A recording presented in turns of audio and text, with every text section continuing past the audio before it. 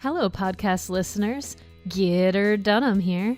And don't forget me, Brian Dude Man. Do you know what Buffalo really needs? More podcasts. And luckily for you, Heather and I have decided to make a brand new podcast. This one's going to have more of a heavy focus on musicians. We'll still have writers, actors, directors, but this one's going to have more of a focus on musicians. Is there anything else, Heather? What are you guys doing down there? Nothing. You better not be podcasting. No, of course not. I think she bought it. Oh, one more thing. Don't tell Mom about this podcast. Hello, podcast listeners. Thank you so much for tuning in. This is the last episode of the Don't Tell Mom About This podcast. With me, as always, is my lovely host, Heather. Getter Dunham here. Good to see you all for the last time. For this episode, I figured we should give our final thoughts about how this season went. Yeah, sounds fun. I mean, we've done a lot this season, and there's going to be a lot to talk about. So, let's jump right into the first segment of the show. Oh boy, does that mean it's time for fan mail? Yes, it does. All right, well, I think most of you know how this works, but for first-time listeners who are tuning in to our last episode as your first episode, the way fan mail works is you send in your questions, we'll ask the guests of the week, and they'll answer. So without further ado, here is the first question. I have the first question. So here goes. Dude Man, who has been your favorite guest this season of the podcast? Well, there has been a lot of great guests. I remember the three Pauls, my brother Paul Zbricky, Paul McGinnis, Paul Fanera, and his girlfriend Courtney Chime. I'm a big fan of that too, opening with Paul cubed. I was going to say Paul squared, but cubed. Three Pauls. Paul. Okay. Andy was a lot of fun for the first time to meet. Seeing Sydney Flanagan perform was sick. And obviously seeing Sherry, Lynn Litz, and you both cosplay was a lot of fun. I agree 100%. They were all great guests. They've made coming here each week a very enjoyable experience. This next question's for you. What is something that you feel most people don't know about you? I'm very passionate about travel. I've been to Fiji, New Zealand, Australia, the Philippines, Japan, Cozumel, Mexico, all over the Bahamas. I really need to get to Europe. Europe's probably the next goal. Whenever I get a good vacation, I need to see some castles. What's a positive thing you took away from this? Honestly, it was getting the chance to work with you, Heather. Nobody else gets my sense of humor. Nobody else is as patient or as understanding. And, I'm sorry about all the added stress I've given you, both on screen and off, just as being friends. And I just can't thank you enough for dealing with me. I wish I gave you a better podcast experience. Here's my question. Can you ever forgive me? Dude, man. What were those words you said? So I'm never dealing with you. I enjoy the podcast. I think you did a great job of not stressing me out. And what I loved about the podcast was I left every single time we did this feeling so much better than when I came in. Aside from your creating a fantastic atmosphere and handling all the logistical things that I am terrible at, and coming up with great engaging questions for our guests, I just got to have a good time. So thank you so much for that. So, Heather, here's my question for you.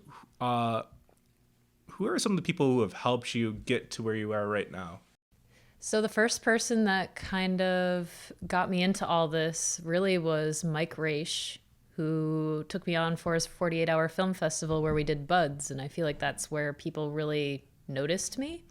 I did also work The Purge as one of my first things, and he was someone I consulted about the legitimacy and how to submit to it and actually get it. So I definitely networked a lot on The Purge and found my own people, I guess, but he was a launching point both in getting me through The Purge and starting me with a 48 and getting me recognized within the Buffalo film community.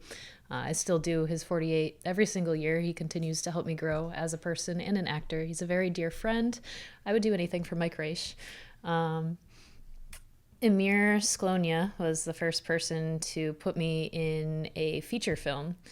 He took me on for Holland Road Massacre: Legend of Pigman, where I played the lead Lauren. I think my entire reel pretty much is now work from Emir, and I think that's just odds. Like the things that are good footage for reels, like it's a very small amount of storytelling that actually makes a reel. So I've worked with him probably the most, and so the best stuff has come from that. And so that's helped me a lot. He trusted me a lot, not having the largest resume to take me on and put me out there. And again, a dear friend. He's helped me house sit. He's always come through. Dude Man, of course. I'm trying to go chronologically. Taking me on for West End, and then so much more podcasting. I've said the two major ways you've developed me as an actor is one, voice work. I never paid attention to voice work within my acting or, doing voice work alone until the Dude Man. And I can notice a stark difference. Like my first thing, Holland Road Massacre, there are moments where I look at it and I'm like, oh my God, that was before I was working on my voice. That could have been so much better. And it was stuff I was proud of at the time. Now I look back and I'm like, ugh. But then Veronica, the next thing I did with Amir, I'm like, wow, night and day. I was definitely, you grew me. And then that laugh, the cherry laugh, you've given me so many like acting methods, the whole like finding a groove through a laugh and basing a character around like one mannerism like that. All right. Is that everyone? And of course, a lot of actors, the biggest networking is everything. I say this all the time, collaboration over competition. I can't tell you how many things I've gotten just because another actor told me about it. That list is longer than I can possibly name, and I'll definitely leave people out and be mad later. So I'll just say all of my acting friends. Mwah. Dude Mom, obviously, first supporter and just someone who always encourages me to be my best self. My brother, obviously, also supportive, also tries to get me connections. Long list of people. All of my high school teachers who pushed me when I was like an angsty teen and I like didn't want to do anything. They were all like, dude, you have like a gift. Like you're a super talented writer. You should pursue that. And I did. Huge shout out to Miss Frederick or Webster. So with her, she had us do a fake like public service announcement. So I played the stoner, of course. But I love the like collaboration of like getting together and like write together and then act and see it be made, like something that wasn't made before is now created. She like instilled that in me, that passion. And then a year later I had for film analysis and I was just writing something. She's like, you're writing like at a college level. Like this is scary good. And I was like, thank you. I've always been a performer. I remember when I went to daycare, it was like a preschool / daycare thing. It was before pre-K, or it was pre-K. Yeah, it was pre-K, but it was like at a church. It was only a half day, but I was casted to play Mary. First grade, I got a lead role as like mom in this first grade play. I always did dance growing up, so 9 years of performing that. Even when I was a little kid, my mom would get my portraits done at Walmart or something, and the photographer would ask to enter my pictures into competition, and my mom said no because she didn't want that life for me, and imagine where I could have been. But I did Guys and Dolls in middle school. I did Check Please as a play when I was older. We always had our musicals and my dance recitals on the same day, so I always had to choose between doing the musical and doing dance, and dance always won. So yeah, I've always been in it. I've always been coached by amazing teachers. I still use Mrs. Archer's vocal warm-ups to this day.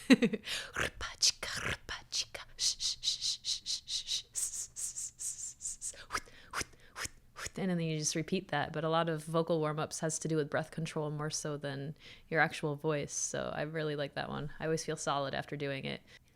Man, there's so many people that really set me up for the success, so that when opportunity like landed in my lap, like I was ready. They say success is when opportunity meets preparation. So I've had nothing but people preparing me. That just about does it for Fan Mail. Guys, remember, if you want your questions asked on this podcast, just send them to our socials. We're going to take a quick break, and we'll be back with more.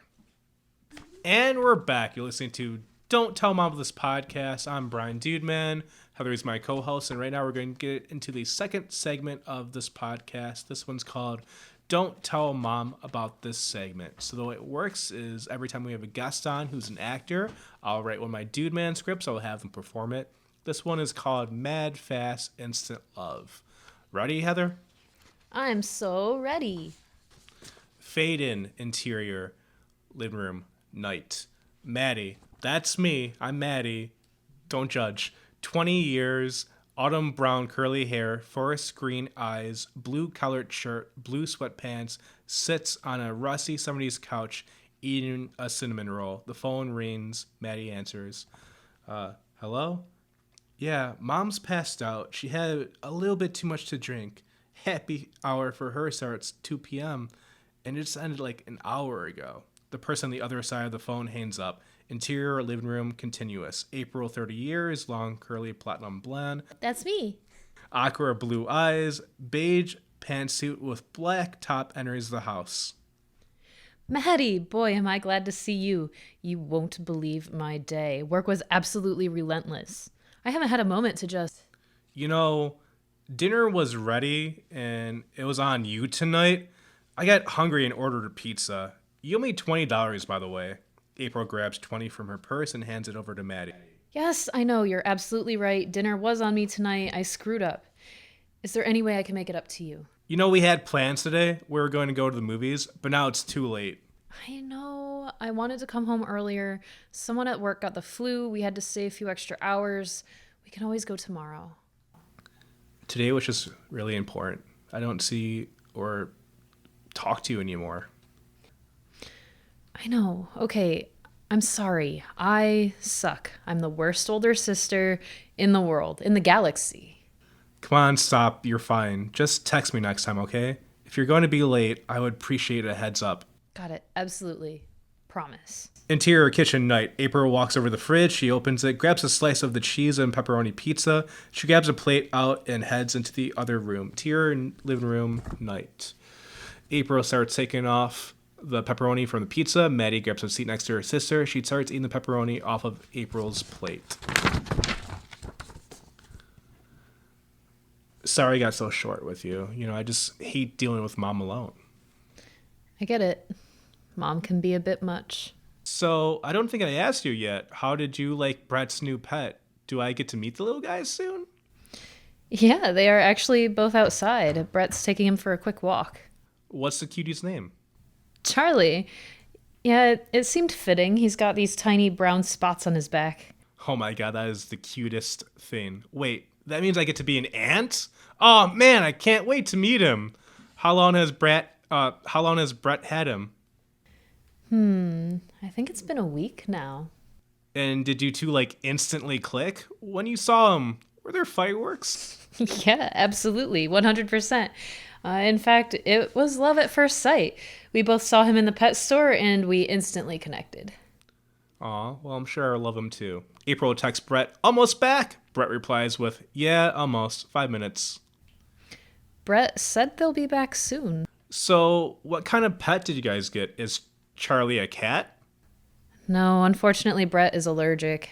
Relatable. Aw, that sucks. Poor Brett. Cats are like a girl's best friend. Ugh, tell me about it. Well then, a dog? I mean, he certainly stinks like a dog. That makes sense. I'm an idiot. When you said Brett took him for a walk, I should have figured. What kind of dog is he? Like a German Shepherd, a Dalmatian? What?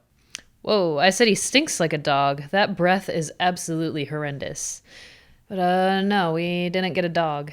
Well then, okay, I give up. What is he? Charlie is a cute little baby dragon. A dragon? You got a dragon? Do you know how dangerous that is? Especially in New York City? Dude, calm down. We have a permit. Oh, wonderful. You guys have a permit. What happens when he burns down your house? Will that permit help you then? Wow, speciesist much? Not all dragons burn down houses. Interior living room night. Brett comes in from the side door. He stands there with Charlie. Hey guys, we're back. Maddie, would you look at who's here? It's Brett and your new nephew, Charlie. You two can leave me out of this. Please, for me. Look at your new nephew. Charlie moves over to Maddie. She tries to ignore him, but then the dragon sneezes. She looks down at Charlie. He looks up with Marty with his cute little dragon eyes. Okay, you guys win. He is adorable, but you do me a favor, okay? Yeah, anything. Name it. Don't tell Mom about this. Fade out the end. And that's it. We're going to take a quick commercial break. You're listening to Don't Tell Mom This podcast, and we'll be back with final thoughts. And we're back. Before we close out the show, we'd like to give our final thoughts. Yeah, overall, I think it was a great season. I think season 2 has a lot to live up to. Absolutely. Yeah, I feel like every single guest we've had this season has contributed something unique. We've had everything from directors to cosplayers to obviously actors and musicians. So I feel like it was a very robust introduction to what this podcast can be. And I think season 2 has a lot to live up to as well. There's a lot of launching points there. Yeah. All right, that just about does it for tonight's episode. I've been Gitter Dunham. And I've been Brian Dudeman. We have one final thing to say before we go. Shh, Mom's the word. Thank you for listening to the Don't Tell Mom About This podcast. I've been Gitter Dunham.